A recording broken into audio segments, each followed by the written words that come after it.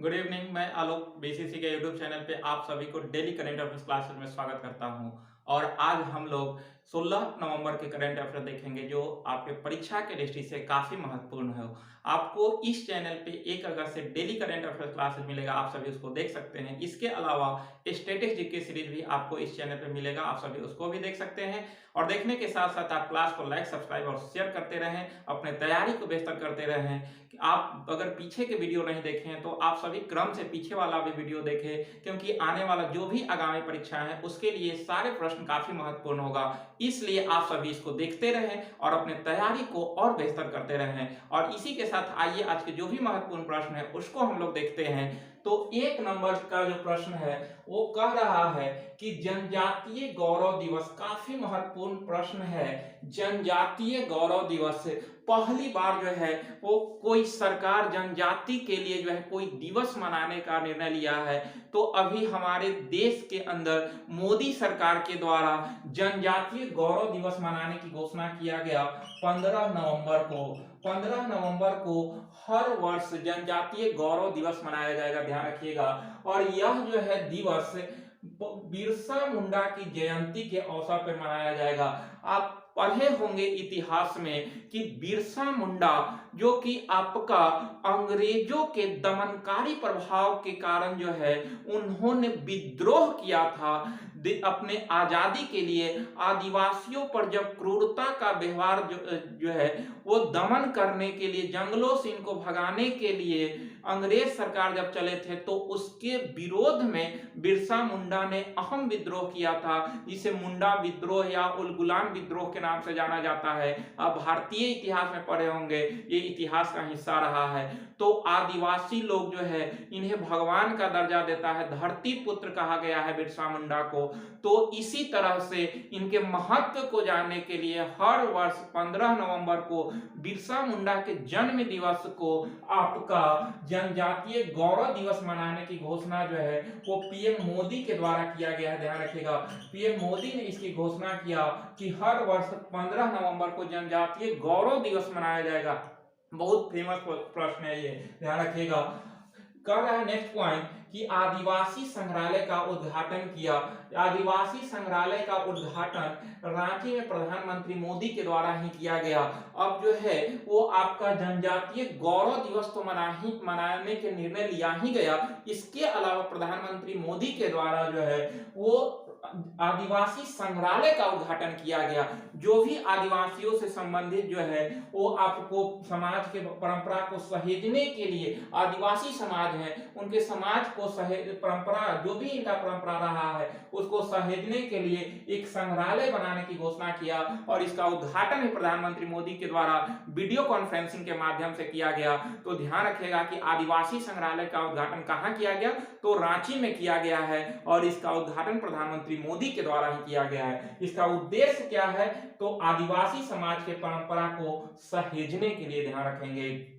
अगला बिंदु है कि बिरसा मुंडा के जन्म कहां हुआ था, तो उलिहातू गांव, बहुत देखिए कि नाम जो है इनका है, उलिहातू गांव में इनका जन्म हुआ था, जो कि आदिवासी परिवार में। और ये उस समय बिहार झारखंड एक ही हुआ करता था। उसी समय इनका जन्म जो है वो आपका 15 नवंबर 1875 ईस्वी को हुआ था।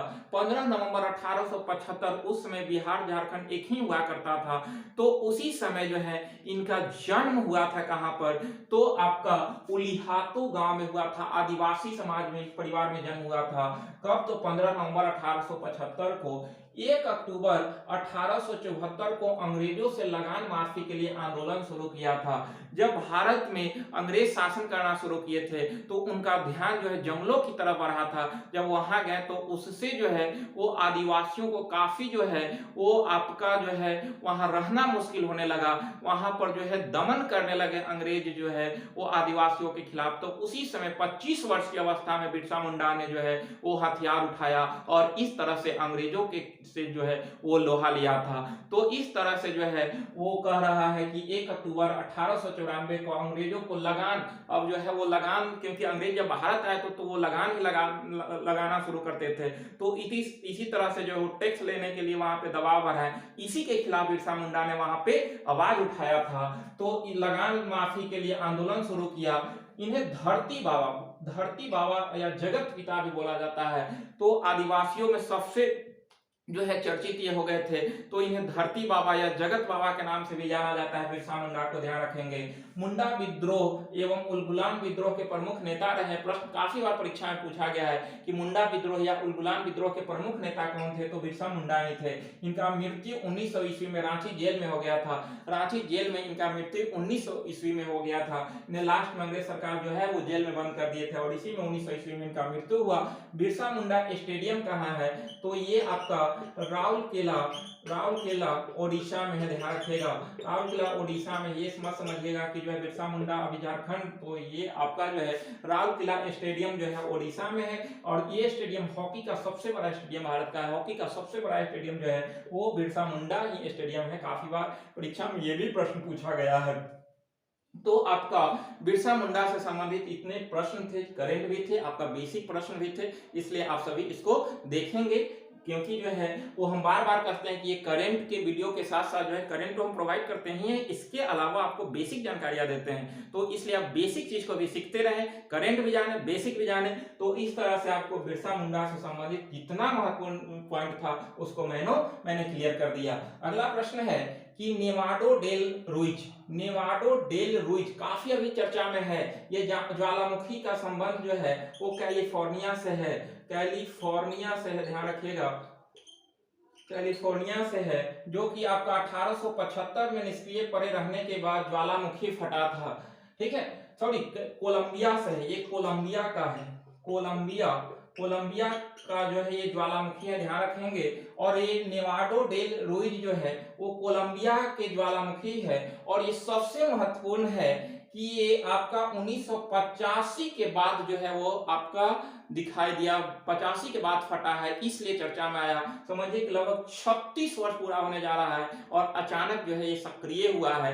ये प्रशांत महासागर के रिंग ऑफ फायर पर जो है ज्वालामुखी में से एक है। आप जानते हैं कि ज्वालामुखी जो है वो प्रशांत महासागर के किनारे रिंग ऑफ फायर के रूप में जो है वो चारों एरिया में जो है वो ज्वालामुखी आते रहते हैं। उसी में से एक है आपका जो है वो नेवाडो डेल रुइज, जो कि कोलंबिया, आप देखिए ये अमेरिका के जो है वो पश्चिमी तट पे जो है पश्चिमी कोलंबिया पड़ जाता है और वहीं पे ये जो है ज्वालामुखी आपका जो है फटा है। अभी यहाँ पर जो है समझिए कि 36 वर्ष बाद ये ज्वालामुखी सक्रिय हुए। बहुत काफी समय से जो है ये आपका निष्क्रिय हो चुका था, लेकिन अचानक ये सक्रिय हो गया है। अगला प्रश्न है कि केसर ए हिंद क्या है? ये केसर ए हिंद तितली का नाम है और ये तितली को राज्य तितली घोषित किया है आपका अरुणाचल प्रदेश। ध्यान रखिएगा, अरुणाचल प्रदेश जो है वो आपका इसके वो राज्य तितली घोषित किया। तो और केसर ए हिंद का प्रश्न पूछ सकता है कि चर्चा में रहा क्या है, तो ये तितली है और इसे राज्य तितली आपका अरुणाचल प्रदेश सरकार के द्वारा घोषित किया गया है, आप ध्यान रखेंगे।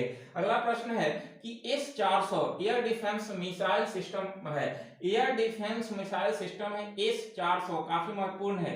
ये जो है भारत खरीदा है रूस से और इसका आवागमन शुरू हुआ है, रूस से भारत आ रहा है। S-400 air defence missile system है। इसकी खासियत क्या है कि ये सतह से हवा में मार करेगा, ध्यान रखिएगा। ये पाक से लगी पश्चिमी सीमा पर तैनात किया जाएगा। जो भी पाकिस्तान से लगा सीमा है पश्चिम में, वहीं पे इसको तैनात किया जाएगा। दूसरा कि ये एक साथ 36 लक्ष्यों पर निशाना करेगी। समझिए कि पाकिस्तान के पसीना गिरा देगा कि 36 ठिकानों पर एक ही बार जाकर निशाना करेगी S-400, इसलिए काफी महत्वपूर्ण है। और खासकर इसको पाकिस्तान के सीमा पर लगाया जा रहा है कि ज्यादा पाकिस्तान जो है खांसेगा तो हम उसका खांसी ठीक कर देंगे इस मिसाइल के तहत। तो एक साथ 36 लक्ष्यों पर निशाना करेगी।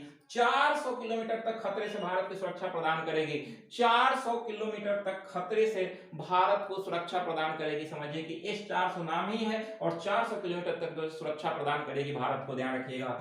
इसके अलावा तो ये आपका S-400 से संबंधित जो है वो महत्वपूर्ण बिंदु था। काफी बीवीआई प्रश्न है ये, ध्यान रखेंगे। ये रूस से भारत जो है वो आयात कर रहा है। अगला है कि वांगला महोत्सव का संबंध किस राज्य से है, तो ये मेघालय से है, ध्यान रखिएगा, मेघालय से। मेघालय में 3 चोटी है, गारो खासी जयंतिया, ये 3 पर्वत है। तो गारो खासी जयंतिया, इसी में आपका जो है वो खासी जनजाति जो है वो आप उन्हीं के द्वारा वांगला महोत्सव मनाया जाता है, ध्यान रखिएगा। खास क्योंकि ये पहाड़ी जो है गारो खासी जयंतिया, वहां के जनजाति के नाम पर ही नाम इसका रखा गया है। तो खासी जनजाति के द्वारा ही वांगला महोत्सव हर वर्ष मनाया जाता है। जो फसल का जो है वो समाप्ति होती है, जो उसका जो है अंत समय आता है, तो उसी समय वांगला महोत्सव मनाया जाता है। इसमें जो है वो आपका सूर्य की पूजा किया जाता है, ध्यान रखिएगा। तो इस तरह से यही खासी पर जो है आपका मासीराम स्थित है, जहाँ पे सबसे अधिक जो है वो वर्षा होती है मासीराम में, मेघालय में। क्योंकि यहाँ पर गारो खासी जयंतिया में जैसे ही दक्षिण पश्चिम मानसून सक्रिय पहुंचता है तो उसको निकलने की रास्ता नहीं मिलती है, जिसकी वजह से वहां पर फंस जाती है और जबरदस्त वर्षा होती है। और यहीं पर जो है वो आपका मेघालय की राजधानी शिलांग स्थित है। खासी पहाड़ी पर कभी कभी प्रश्न ये पूछता भी है कि शिलांग किस पे स्थित है, तो खासी पर ही स्थित है, मासीराम इसी पर स्थित है। ये सब आप ध्यान रखेंगे, काफी महत्वपूर्ण बिंदु है। और सबसे बड़ी बात है कि ये शिलांग पठार का ही हिस्सा है, ध्यान रखेंगे। अगला प्रश्न है कि मोदी सरकार, काफी जो है वो अहम बिंदु है ये, मोदी सरकार के 77 मंत्री, अभी मोदी कैबिनेट में जो है वो टोटल 77 मंत्री है मोदी सरकार में। और इसने क्या किया कि प्रौद्योगिकी आधारित संसाधनों को विकसित करने के लिए एक समूह बनाया। टोटल 77 मंत्रियों को जो है वो 8 समूह में मोदी सरकार विभाजित की। यानी कि अभी मोदी सरकार में टोटल 77 मंत्री हैं, इसको 8 समूह में विकसित किया है। किस लिए, तो प्रमुख प्रेरक के रूप में युवा पेशेवरों को शामिल करके सेवानिवृत्ति अधिकारियों से सुझाव लेना और परियोजना की निगरानी के लिए प्रौद्योगिकी आधारित संसाधन का विकास करना। यानी कि सभी से सलाह लेकर जो है और अच्छा कर सके, अच्छा प्रदर्शन करने के लिए जो है इसको 8 समूह में विभाजित किया है टोटल मंत्री को। तो इस तरह से आपस में समूह बनाकर जो है वो बात करके, चर्चा करके, किसी से सलाह लेकर जो है वो काफी डेवलप कर सकते हैं, विकास कर सकते हैं। इसी के लिए मोदी सरकार के द्वारा 77 मंत्रियों को 8 समूह में विभाजित किया गया, ध्यान रखेंगे आप। अगला प्रश्न है कि रानी कमलापति, काफी चर्चा में है अभी, रानी कमलापति रेलवे स्टेशन स्थित है, तो ये स्थित है आपका भोपाल में स्थित है, भोपाल मध्य प्रदेश, ध्यान रखिएगा। तो मध्य प्रदेश भोपाल में रानी कमलापति रेलवे स्टेशन स्थित है। और ये चर्चा में किस लिए आई, क्योंकि फिर से नाम बदला गया। तो ये तो भारत में जो है करेंट अफेयर्स हर महीना में 5 हम लोगों को देखने के लिए मिलता है कि नाम बदल रहा है। तो इसी तरह से जो है इसका नया नाम हबीबगंज रेलवे स्टेशन रख दिया गया। रानी कमलापति रेलवे स्टेशन जो है वो पहले हबीबगंज रेलवे स्टेशन था, इसका नया नाम रानी कमलापति रेलवे स्टेशन रखा गया है। तो पुराना नाम हबीबगंज रेलवे स्टेशन था, इसका नया नाम रानी कमलापति रेलवे स्टेशन रखा गया, इसीलिए इस चर्चा में आई है। और ये भोपाल में स्थित है, मध्य प्रदेश के अंदर है। अगला है काफी चर्चित प्रश्न, आईसीसी पुरुष T20 विश्व कप जो है वो, ये तो प्रश्न देखकर ही तो लगता होगा कि जो है इसको आगे बढ़ा दे, क्योंकि मेरा भारत जो है सेमीफाइनल भी नहीं खेला, इसीलिए थोड़ा सा लगता होगा कि जो है किधर से किधर जो है सर ऐसा प्रश्न लाके यहाँ रख दिए हैं कि इससे जो है वो हमको और टेंशन हो जाए। तो इसके लिए तो हम तो बार बार कहते हैं कि जो है वो मैच जो है वो आप ये इतना देखिए कि हमारे परीक्षा के दृष्टि से महत्वपूर्ण है या नहीं। अब ये मत देखिए कि कैसे भारत हारा नहीं हारा, क्या नहीं जो है विजेता बना या विजेता बना, दो ही हमको देखना है, क्योंकि हमारे परीक्षा में यही पूछता है। ये नहीं पूछेगा कि जो है वो विराट कोहली जो है इस बार कितना रन बनाए थे, कौन बॉल पे छक्का मारा था या इस पे चौका मारा था, ये सब पूछने वाला नहीं है। तो आईसीसी जो है वो T20 वर्ल्ड कप में जो है विजेता कौन रहा, वो विजेता कौन रहा ये देखना है। तो जो अच्छा खेलता है वही विजेता बनता है। इसलिए आपको बार बार मैं कहता हूं कि आप भी अच्छा से मेहनत करेंगे तो आप भी जो है वो अच्छा से सफल होंगे, आप भी जो है वो सेलेक्ट होंगे। क्योंकि कोई भी देखते हैं कि वैकेंसी 10,000 रहती है, 10 लाख फॉर्म गिरता है, तो 10,000 लोग अच्छे होते हैं, उन्हीं का सिलेक्शन होता है। तो उसी तरह से आप भी अच्छा बने, इंडिया टीम भी मेहनत करेगी, नेक्स्ट बार पहुंचेगी, ठीक है। तो टेंशन नहीं लेना है। विजेता कौन रहा, वो विजेता तो ये तो आप जान ही रहे हैं कि विजेता आपका ऑस्ट्रेलिया रहा, उपविजेता जो है वो न्यूजीलैंड रहा है, ध्यान रखिएगा। उपविजेता न्यूजीलैंड और ऑस्ट्रेलिया जो है वो आपका विजेता रहा। न्यूजीलैंड का कहिए कि जो है उसका किस्मत पिछला जो है वो आपका 2019 के जो है 50 वनडे वर्ल्ड कप में भी जो है वो आप समझिए कि कैसे कैसे इंग्लैंड को जो है वो कप मिल गया, न्यूजीलैंड को नहीं मिल पाया था। इस बार भी फाइनल में पहुंचा, लेकिन जो है वो न्यूजीलैंड जीत नहीं पाया। तो इस तरह से फिर भी जो है वो समझिए कि जो है उप विजेता रहा, वहां तक पहुंचा, मेहनत किया। तो इस तरह से जो है वो भी निराश नहीं होना है। तो न्यूजीलैंड बहुत कुछ किया और सबसे बड़ी बात रहा कि कप गया तो कहाँ गया, तो ऑस्ट्रेलिया महाद्वीप में ही गया है, ध्यान रखेंगे। तो पहली बार 2007 में T20 वर्ल्ड कप हुआ था और भारत ने इसको जीता था। पहली बार 2007 में हुआ था, भारत जीता था। और पहली बार इस बार ऑस्ट्रेलिया जो है T20 वर्ल्ड कप जीता है, समझिए पहली बार T20 वर्ल्ड कप जीता है 14 साल में, पहली बार भारत जीता था। 2021 का मेजबानी कौन कर रहा था वर्ल्ड कप का, तो इसका मेजबानी जो है वो अपना भारत कर रहा था, लेकिन कप हम लोग नहीं लाए, आयोजन इसका यूएई कर रहा था। तो भारत के मेजबानी में इसका आयोजन यूएई कर रहा था। सर्वाधिक रन जो है वो बाबर आजम ने इस बार बनाया। सर्वाधिक रन T20 वर्ल्ड कप में किसने बनाया, तो बाबर आजम, जो कि पाकिस्तान के खिलाड़ी हैं, ध्यान रखिएगा, बहुत अच्छा खिलाड़ी है पाकिस्तान के बाबर आजम। सर्वाधिक विकेट जो है हसरंगा ने लिया, जो कि श्रीलंका के हैं, हसरंगा जो कि श्रीलंका के हैं। प्लेयर ऑफ द टूर्नामेंट सबसे अच्छा खिलाड़ी कौन रहे, तो डेविड वार्नर, जो कि आपका ऑस्ट्रेलिया के रहे, ध्यान रखिएगा, David Warner player of the tournament रहे। तो इस तरह से आपका आईसीसी पुरुष T20 वर्ल्ड कप से संबंधित प्रश्न था, 14वां संस्करण था। तो आप ध्यान रखें, काफी महत्वपूर्ण ये प्रश्न था। 14वां संस्करण नहीं, 14 वर्ष पे जो है वो ऑस्ट्रेलिया के द्वारा कप जीता गया, ध्यान रखिएगा। अगला प्रश्न है कि राष्ट्रीय क्रिकेट अकादमी एनसीए, राष्ट्रीय क्रिकेट अकादमी एनसीए के नए प्रमुख कौन बने हैं, तो वीवीएस लक्ष्मण बने, वीवीएस लक्ष्मण, ध्यान रखिएगा, वीवीएस लक्ष्मण जो हैं वो राष्ट्रीय क्रिकेट अकादमी एनसीए के नए प्रमुख चुना गया है। किनको, तो वीवीएस लक्ष्मण को। और ये जगह लिए हैं राहुल द्रविड़ का। राहुल द्रविड़ रवि शास्त्री के जगह पर भारतीय टीम के मुख्य कोच बनने जा रहे हैं। तो ये पद खाली होने के बाद वीवीएस लक्ष्मण को ये इस पद पे बैठाया गया है, ध्यान रखिएगा। तो इस तरह से एनसीए के नया प्रमुख वीवीएस लक्ष्मण बने।